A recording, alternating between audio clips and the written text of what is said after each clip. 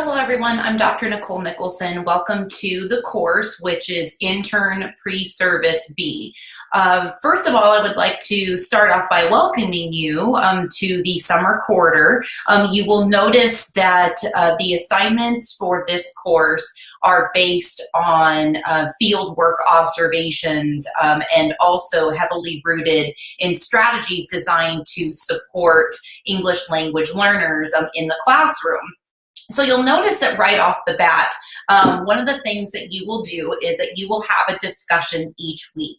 The discussions each week are based on reading prompts that require you to read the articles assigned in each module. You'll notice that your reading responses need to have some citations where you are actually referring to the readings itself. This indicates that you have read the article and that you're incorporating the information from the articles into your response. You're also required to, or asked to, I should say, reflect on your own personal experiences and make some connections between those experiences as well as what you are discovering and learning as a result of the readings. Another requirement in order to receive full credit for the reading discussions is that you reply to at least 2 peers posts each week. And the peer posts are very important because since this is an online format, this is how we engage with each other. As a result, late discussions will not be accepted. The reason why is because it's almost like we are attending a classroom together, or we are in a brick and mortar setting, and let's say we have all met, we've had class, we've had a discussion, and everybody leaves. If you submit your discussion late after the due date, it's almost like you've shown up to an empty room, expressed your opinion without anybody there. So it's really important that you submit the discussions on time in order to receive credit and then reply to those 2 peer posts. You'll notice that all the due dates for this class are actually on Sundays at midnight, so that makes it pretty easy to keep track of due dates, and they need to be submitted in Canvas. Please do not email assignments to your instructor. They need to be submitted in Canvas. If you're having technical difficulties, please contact Canvas Help and copy your instructor on the email, and then other arrangements can be made. Canvas Help is great about responding quickly to your needs, so please do so. You will also notice that part of this first week, there is a course policies acknowledgement assignment that's not worth any points, but it is required. What we would like you to do is read the syllabus and then acknowledge the syllabus, or acknowledge that you have read and understand the course policies in the comment box in Canvas. Again, this is required. Essentially, it asks you to read the syllabus, get an idea of what the expectations are, and also acknowledge the late work policy.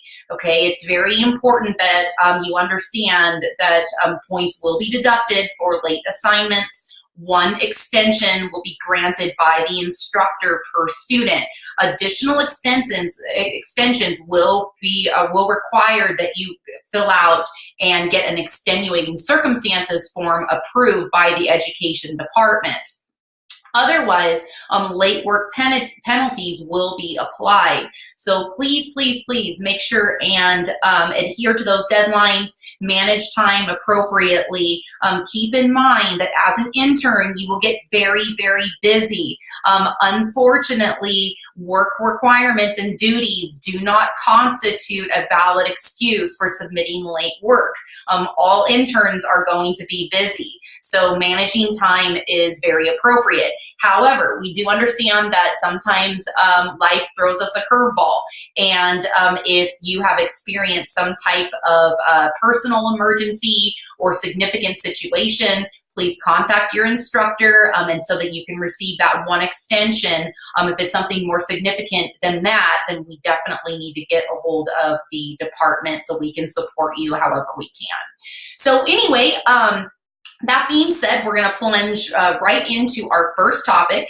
And this first topic is about getting to know your students' cultural backgrounds, their communities, and their families. So one of the things that we have found based on research and motivation is that when teachers take the time to get to know their students and incorporate, for example, certain aspects of social emotional learning and explore student interests, their beliefs, their values, their mores, then students are much more likely to engage in the learning.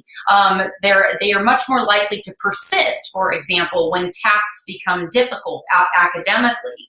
So what we would like you to do is take some time with your students to get to know them, get to know their cultural and personal backgrounds.